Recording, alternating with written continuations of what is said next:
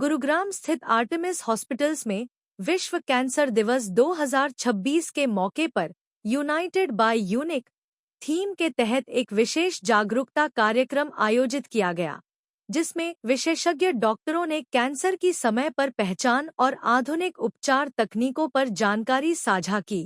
कार्यक्रम में cancer survivors की प्रेरणादायक कहानियों ने लोगों को उम्मीद और साहस का संदेश दिया, जबकि रोबोटिक सर्जरी और प्रिसीजन थेरेपी जैसी उन्नत सुविधाओं का भी प्रदर्शन किया गया, जो मरीज केंद्रित इलाज की दिशा में अस्पताल की मजबूत प्रतिबद्धता को दर्शाता है। डिपार्टमेंट्स हैं यहाँ, तो वो एक बहुत अच्छी बात है। सर्जन के पास जाना है तो जाके पूछता हूँ, बायोप्सी करना है तो कहाँ से ठीक रहेगा, कब कर सकते हैं, तो उनका टाइम भी दिलवा देते हैं। तो that veg much.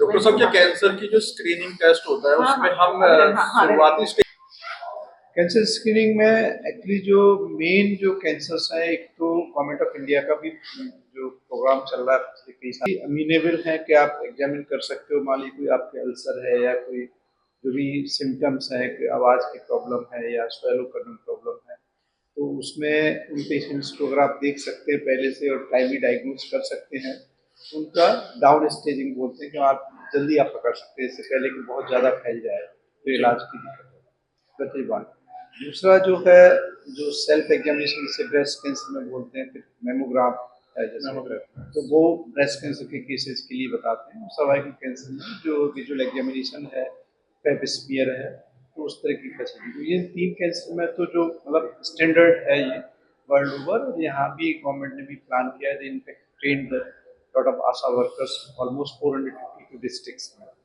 So I think they are going to recap this whole thing again. तो काफ़ी चल रहा है उस पर काम।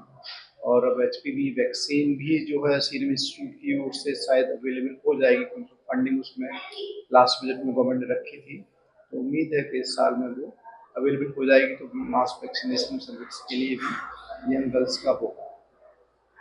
इसके अलावा जो बाकी स्क्रीनिंग जो हाई रिस्क सिचुएशंस होती हैं, जो हैवी स्मोकर्स हैं या किसी का वेट कम हो रहा है या मान लीजिए बॉबल हैबिट्स की चेंज हो रहा है, then they have to get the investigations done या दिखाना पड़ेगा, तो उसमें maybe you can pick up them much earlier। Head कर रही हूँ 1 यूनिट को, और मैं अपने तरीके से ये बोलूँगी कि सारी ट्रीटमेंट्स, पर्टिकुलरली जो एडवांस ट्रीटमेंट्स हमारे यहाँ उपलब्ध है, बाहर का रेडिएशन, अंदर का radiation, including CyberKnife type radiation, सब कुछ उपलब्ध है यहाँ। और एक और बात ये बोलना चाहूँगी, केवल एक मशीन की रिलेटेड नहीं है, रेडिएशन के अंदर ऐसे टेक्निक्स भी आए हुए हैं जो बहुत हफ्ते तक जो करना है उसको छोटा करके, मतलब जैसे 7-7 हफ्ते और 6-6 हफ्ते जो करना है उसको छोटा करके 3 हफ्ते में करने वाले ऐसे टेक्निक्स आए हुए हैं, वो सब हमारे यहाँ पे उपलब्ध है। वो एक बात है। और दूसरी ये भी, मतलब जो डॉक्टर प्रिया और सब हाईलाइट कर रहे थे, एक गिव एंड टेक, एक कंटिन्यूस डायलॉग होना चाहिए हम कॉलेजेस के बीच में, क्योंकि हर एक इलाज अपने से किया नहीं जाता है। कभी कीमोथेरेपी पहले किया जाता है, उसके बाद रेडिएशन किया जाता है। तो ये वाला जो हम सब लोगों के बीच में एक अंडरस्टैंडिंग और पेशेंट को इवैल्यूएट करना, ये रहता है यहाँ। और लास्ट ये भी बोलूँगी कि जब पेशेंट्स इसको, मतलब किसी भी इलाज को देखेंगे और उसके जुड़े हुए जो भी उन्होंने जानकारी लेना चाहते हैं, वो डॉक्टर से बात करें अपने आपस में, या रिलेटिव्स जो हो सकता बड़े एडवांस्ड स्टेज में डॉक्टर के पास गए हुए हों, जब कुछ भी काम नहीं करता है, उसी बेसिस पे अपना फैसला ना करें। आजकल बहुत ही एडवांस स्टेज में भी कैंसर क्योरेबल है, और उसी पे भरोसा रख करके आएँ। डॉक्टर दीपक झा सर, पहले तो आप सबका बहुत धन्यवाद। 4 फरवरी का जो दिन है, साल में एक दिन जब हम कैंसर अवेयरनेस के बारे में बात करते हैं, क्योंकि इलाज हमारे देश में अब सारा मौजूद है, लेकिन जो डर है पब्लिक के अंदर इस बीमारी के बारे में या फिर जो भ्रांतियाँ हैं, उसके लिए हम टोटली मीडिया के ऊपर डिपेंडेंट हैं, ताकि वो सही इन्फॉर्मेशन पब्लिक तक पहुँचे और डर हटे।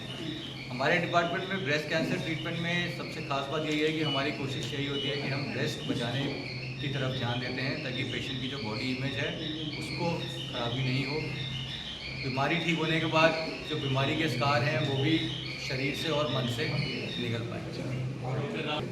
फेमस कोट है, पता नहीं कितने लोगों ने सुना है कि सचिन तेंदुलकर यदि मॉरिशस में पैदा हुए थे तो क्या कर लेते। तो आपके पास एक अच्छे टैलेंट के साथ एक अच्छा प्लेटफॉर्म होना बहुत ज़रूरी है। तो एक अच्छे डॉक्टर के लिए कंप्लीट केयर प्रोवाइड करने के लिए आर्टेमिस हमें वो प्लेटफॉर्म प्रोवाइड करता है। यहाँ हमारे पास ऑन्कोलॉजी है, सर्जिकल ब्रांचेस हैं, रेडिएशन थेरेपी है, एक अच्छा सा ब्लड बैंक है। नमस्कार, मेरा नाम डॉक्टर राहुल नथानी है। मैं यहाँ पे chief of haematology and bone marrow transplant unit. जब हम हेमेटोलॉजी की बात करते हैं, हेमेटोलॉजी में कई तरीके की बीमारियाँ आती हैं। कैंसर होता है, नॉन कैंसर होता है। आज 4 फरवरी वर्ल्ड कैंसर डे है, तो हम कैंसर के बारे में बात करते हैं। सो बहुत सारे ब्लड के कैंसर है। कैंसर एक ऐसा वर्ड होता है जिसको सुनते ही आज भी 2025 में भी दिमाग में सवाल आता है कि शायद अब हमारे पास ज़्यादा कुछ बचा नहीं। बहुत सारे ब्लड कैंसर ऐसे हैं जो आज के टाइम पे ठीक किए जा सकते हैं, क्योर किए जा सकते हैं। कुछ कीमोथेरेपी से ट्रीट होते हैं।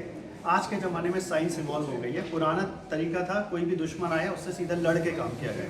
आजकल वो तरीके बदलते जा रहे हैं। अगर हम जियो पॉलिटिक्स देखें तो इकोनॉमिक वॉरफेयर ज़्यादा होता है रादर देन डायरेक्ट वॉरफेयर। तो आजकल बहुत सारी इम्यूनो दुनिया में जितनी भी तकनीकी एडवांसमेंट्स हैं वो हमारे अस्पताल में अवेलेबल है। जैसे कि हम रोबोटिक सर्जरी, जिसको कि ट्रांसओरल रोबोटिक सर्जरी कहते हैं, मुंह और गले की, वो हमारे यहाँ उपलब्ध है। लेज़र, माइक्रोस्कोप, गामा कैमरा, ऐसे कोई भी नाम जो दुनिया भर में अवेलेबल है वो हमारे पास आर्टेमिस के अंदर अवेलेबल है। और हम हेड एंड नेक सर्जरी का बेस्ट से बेस्ट इलाज यहाँ पे अवेलेबल है और करते हैं हम ऑपरेशन के हिसाब से अगर बात करें तो। और जैसे कि हाँ, ये एक बहुत कॉमन मानना है कि जब भी मुंह या गले की सर्जरी ऑपरेशन होता है उसके बाद मुंह टेढ़ा मेढ़ा हो जाता है, फंक्शनली बहुत ही पेशेंट ना खा सकता है ना बोल सकता है। इस चीज़ को काउंटर करने के लिए हमारे अस्पताल में बेस्ट प्लास्टिक सर्जरी टीम है, जो कि माइक्रोवैस्कुलर सर्जरी जैसी सुविधाएं, जो कि वर्ल्ड में सबसे बेस्ट तकनीक है। किसी भी मरीज़ का ऑपरेशन के बाद उसका रिकंस्ट्रक्शन मतलब चेहरा वापस बनाने की तकनीक वो हमारे यहाँ की जाती है। तो जिससे कि क्या होता है, चाहे कितना ही बड़ा ऑपरेशन या ट्यूमर हम क्यों ना निकालें तो इंसान का चेहरा हम वापस बना सकते हैं। ये तकनीक भी हमारे पास है। मेरा नाम डॉक्टर गौरव दीक्षित है। मैं हेमेटोलॉजी और बोन मैरो ट्रांसप्लांट डिपार्टमेंट में हूँ। और जो हमारा डिपार्टमेंट है वो ब्लड की बीमारियों को डील करता है। और ब्लड की जो बीमारियाँ हैं वो 2 टाइप की हो सकती हैं, मोटा मोटा अगर मैं बात करूँ। एक तो है कि मतलब बेनाइन डिसऑर्डर्स, मतलब नॉन कैंसरस डिसऑर्डर, जिसमें कि हम लोग अनीमिया को देखते हैं, low platelet count, high platelet count, ये सारा कुछ हमारा डिपार्टमेंट देखता है। साथ में जो कैंसरस डिसऑर्डर हैं जैसे कि मल्टीपल माइलोमा है, लिम्फोमा, ल्यूकीमिया, वो भी हम लोग देखते हैं। जो हाई एंड जो ट्रीटमेंट मोडालिटीज़ हैं जैसे कि बोन मैरो ट्रांसप्लांट और कार्टिक सेल थेरेपी, वो भी हमारे डिपार्टमेंट के द्वारा करी जाती हैं। बोन मैरो ट्रांसप्लांट के बारे में कुछ बताऊं तो ये एक प्रोसीजर जिससे कि हम लोग जो ख़राब ब्लड है उसको चेंज करके नया ब्लड लगा देते हैं। और इसका उपयोग बहुत सारे कंडीशंस में होता है, जैसे कि thalassaemia, sickle cell anaemia, blood cancer, ये प्लास्टिक एनीमिया, और ये सारा कुछ हम लोग ट्रीटमेंट करते हैं। हमारे यहाँ 14 बेड की एक BMT यूनिट है जो कि बहुत समय से काम कर रही है और वन ऑफ द ओल्डेस्ट और सबसे पुराना और अच्छा डिपार्टमेंट यहाँ पे बोन मैरो ट्रांसप्लांट का है। इसके साथ साथ अभी 2 साल से हमने कार्टिक सेल थेरेपी को भी स्टार्ट किया है, जो कि एक नई तकनीक है, भारत में नई तकनीक आई है, जिससे में लिम्फोमा और ल्यूकीमिया नाम के कैंसर को ट्रीट करते हैं हम लोग। और पहले ये भारत में नहीं थी, परंतु पिछले 2 साल से हम लोग ये भी कर रहे हैं, जिससे कि और ऑप्शंस पेशेंट्स के लिए खुल गई। तो यही मैं बताना चाहूँगा कि नई तकनीक सारा कुछ जो भी हम भारत में कहीं और होता है या इनफैक्ट दुनिया में कहीं और होता है, मोस्टली ट्रीटमेंट हम लोग यहाँ पे करते हैं। और अगर किसी को अनफॉर्चुनेटली डायग्नोज होता है कैंसर तो उससे घबराने की ज़रूरत नहीं है, और ब्लड कैंसर का पूरी तरीके से इलाज संभव है। Thank you. मैं पीडियाट्रिक हेमेटो-ऑन्कोलॉजिस्ट हूँ आर्टेमिस हॉस्पिटल में। सर बात करें बच्चों के कैंसर की बात कर रहे हैं, बच्चों के कैंसर का रीजन क्या है? जैसे अभी हमने चर्चा की, कोई एक पर्टिकुलर कारण नहीं है।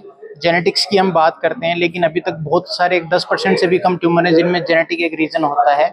बाकी रीजन हमारे शरीर में म्यूटेशंस चलते हैं। अनफॉर्चुनेटली कई बार बॉडी उनको हैंडल नहीं कर पाती और वो कैंसर में कन्वर्ट हो जाते हैं। एक छोटे बच्चे में सर अभी वो 6 महीने दूध बच्चे दूध पीता है, उसमें कैसे चांसेस होते हैं? तो छोटे बच्चे में भी जैसे मैंने बोला जेनेटिक भी हो सकता है और कई बार हमें कारण नहीं मिलता। जैसे हम छोटे बच्चे में 1 साल के अंदर जो कैंसर, अगर ब्लड कैंसर होता है तो उसको इन्फेंट ल्यूकीमिया बोलते हैं। तो इन्फेंट ल्यूकीमिया छोटे बच्चे में हो सकता है। मोस्टली इसका कोई कारण नहीं होता, 10% केसों में ये जेनेटिक होता है। नई तकनीक कैंसर के इलाज के लिए नई तकनीक का क्या महत्व है? देखिए, पहले अगर हम आज से बात करें, कुछ साल पहले हम केवल 70% ठीक कर पाते थे, तो अभी इसी में प्रोग्रेस है। अब हम 80 से 90% ठीक कर पाते हैं। Immunotherapy, car T cell therapy, इन सब एडवांसमेंट की वजह से। और दूसरी एक अच्छी चीज़, ये साइड इफेक्ट कम हुए हैं इनकी वजह से। जो नई थेरेपी है उनके side effect compare to the conventional chemotherapy कम हुए हैं। सर बात करें, एक पेशेंट होता है नॉर्मली, जो बच्चा नॉर्मली जंग होता है, वो बताया था कि ये प्रॉब्लम्स है, मुझे ऐसे दिक्कत हो रही है। एक बच्चा किस प्रकार डिफाइन करेगा? सो देखिए, अगर कैंसर के सिम्टम्स बाकी बीमारियों से डिफरेंट नहीं है। अगर हम ब्लड कैंसर की बात करें, फीवर का आना, वेट लॉस होना, और जब हम ब्लड की टेस्ट करते हैं तो उसमें आपकी सफ़ेद कोशिकाएं बढ़ी हुई आती हैं, तो ये सारे सिम्टम्स कैंसर के हो सकते हैं। इसी प्रकार अगर आप पेट पे आप रखते हैं, कई बार हमें लंप फील होता है या गांठ फील होती है, तो हो सकता है किडनी ट्यूमर या लीवर ट्यूमर हो।